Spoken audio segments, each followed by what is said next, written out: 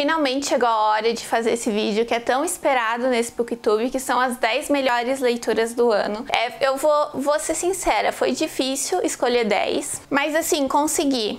Esse ano foram de leituras muito boas, mas nem todas as leituras que eu fiz foi muito boa. Então tem alguns vídeos, tem alguns livros aí que não gostei muito, que tem tipo 1,5 estrelas, 1 estrela, mas consegui selecionar os 10. Eu não consegui selecionar em ordem, então não vai ter uma ordem, não é o primeiro que eu vou mostrar, o primeiro que eu mais gostei. Eu vou mostrar o top 3, que não tem ordem entre si também, mas eu vou mostrar antes de tudo o top 3, depois eu mostro o resto, porque não vou ficar com esse negócio de segredo, não. Enfim, o primeiro livro que eu li, que eu amei, assim, foi realmente o primeiro livro do ano. Não tem como, gente, foi uma releitura, que é A Montanha Mágica, do Thomas Mann. Eu tenho nessa edição velhinha da Nova Fronteira. Eu lembro que quando eu fui comprar esse livro, eu tinha meus 14 anos a primeira vez que eu li A Montanha Mágica, né? E quando eu fui comprar esse livro, não tinha na livraria, então eu tive que encomendar pra depois chegar o livro, pra depois eu ler, enfim, um caos. Demorou, assim, 40 dias. Eu tive que encomendar na editora, assim, porque não tinha disponibilidade na editora. Então eles reimprimiram porque não era muito conhecido na época Thomas Mann. Hoje é mais porque a Companhia das Letras, eles relançaram, né? E eu quero ter a edição da Companhia das Letras. E provavelmente eu vou reler esse livro algumas vezes na minha vida se eu viver tempo suficiente pra isso. Mas ele está no top 3, então eu amo demais esse livro, gente. Acho que Thomas Mann tá entre os meus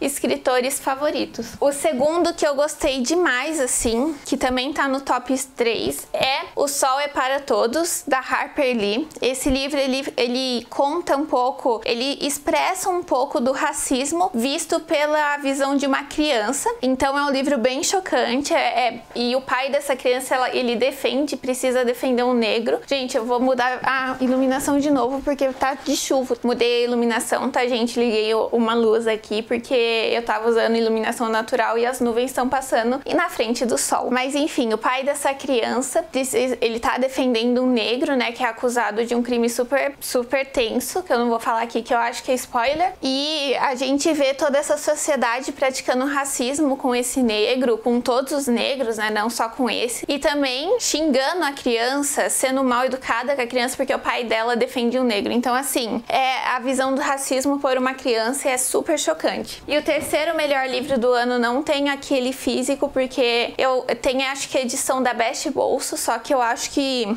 esse livro merece uma edição melhor, sabe? Então não tenho ainda aqui, vou comprar quando sair uma edição melhor. Por favor, editoras, façam que saia uma edição melhor. Que é As Vinhas da Ira, do John Steinbeck. Esse livro, ele conta a jornada, a odisseia de uma família que tá em busca de emprego depois de serem expulsos das suas terras, porque eles vivem um efeito de Dust Bowl, que chama, que é quando você usa demais a terra e a terra não consegue mais te entregar nada. E também porque o maquinário começou a substituir o ser humano, né? Então conta isso, e daí todo mundo tá em busca de emprego, porque a mão de obra foi substituída por máquinas, né? Hoje, nessa época e também hoje, né, uma pessoa dirigindo um trator, hoje nem precisa ter uma pessoa dirigindo um trator, que ele faz sozinho. Mas na época, uma pessoa dirigindo um trator fazia o trabalho de 10, 50 pessoas trabalhando. Então, assim, tinha muita gente desempregada e tinha pouco emprego. Então, é um livro super sofrido, mas que você visita outra realidade, que você sai da sua bolha. Então, acho super válido. Acho que John Steinbeck é pouco falado nesse meio. Eu vou ler esse ano outro livro do John Steinbeck e venho falar aqui pra vocês. Vou deixar o vídeo das As Vinhas da Ira linkado aqui pra vocês irem lá assistir. Agora, saindo do meu top 3, vou falar dos livros físicos, depois eu falo dos digitais.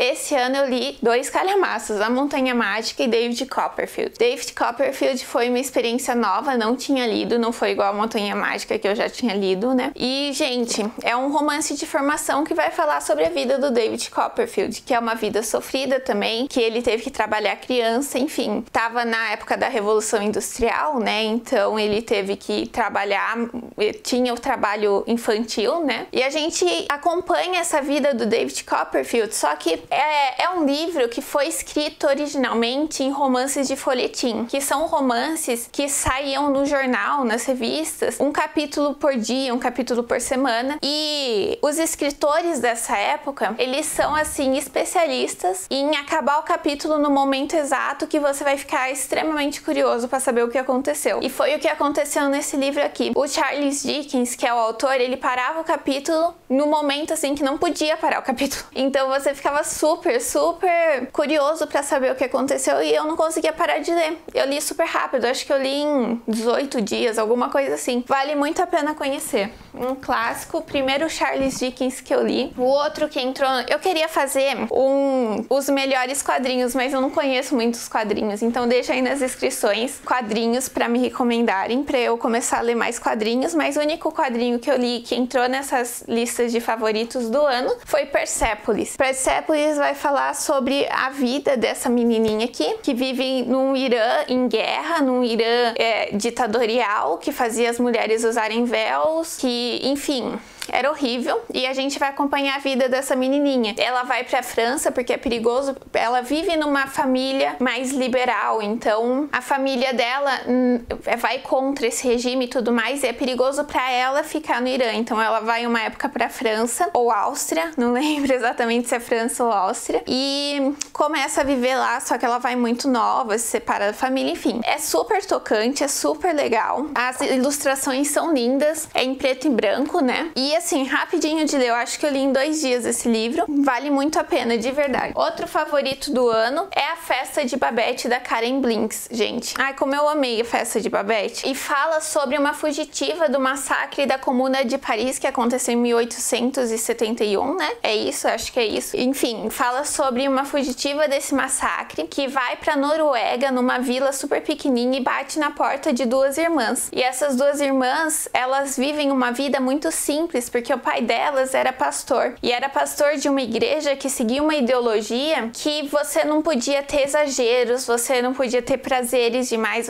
era tudo muito simples. E a Babette, ela é uma cozinheira de mão cheia, só que ela tinha que se segurar para não cozinhar, para não cozinhar coisas muito gostosas, porque as pessoas não podiam comer, porque a religião não permitia. E daí no fim do conto, né, isso é um conto, né, um livro, acontece uma coisa extremamente chocante, assim, super feliz esse negócio que acontece, e muda totalmente a vida tanto da Babette quanto dessas 2 irmãs. Vale muito a pena conhecer, é um livro que me trouxe várias sensações, eu li em um dia, tem 50 e poucas páginas, de verdade. Então, assim, leiam.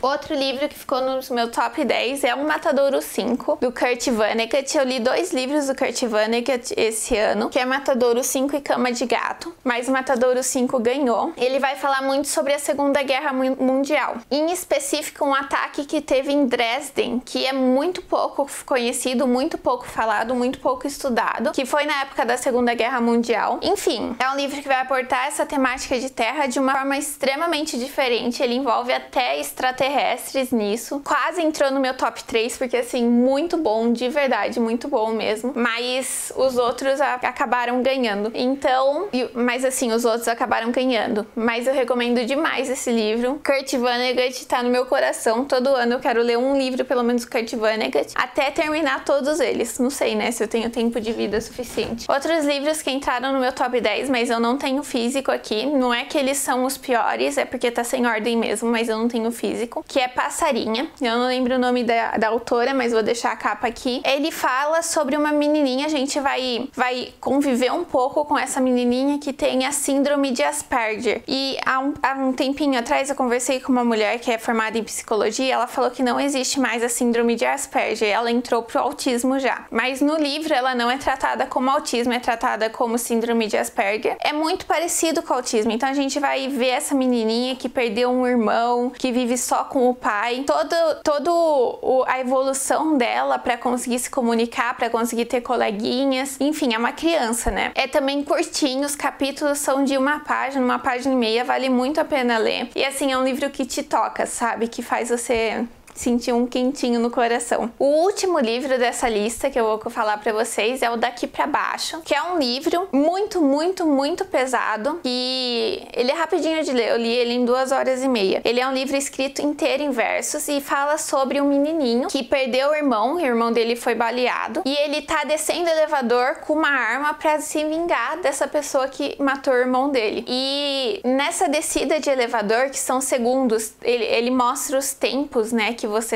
ele tá se referindo nessa descida de elevador, é tipo segundos que acontece o livro, e tudo é muito rápido. Esse menininho, ele vai conversando com outras pessoas sobre o que ele quer fazer, sobre o que ele vai fazer ou não vai fazer.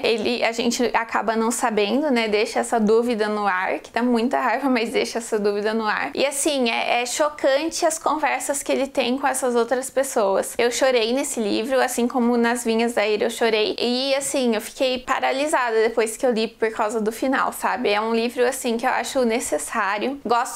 Gostei muito desse livro, pretendo reler, porque ele é super rapidinho de ler de verdade. Mas enfim, é isso. Esses são os 10 livros que entraram nas minhas listas de melhores leituras. Espero que vocês tenham gostado. Um beijo e até o próximo vídeo.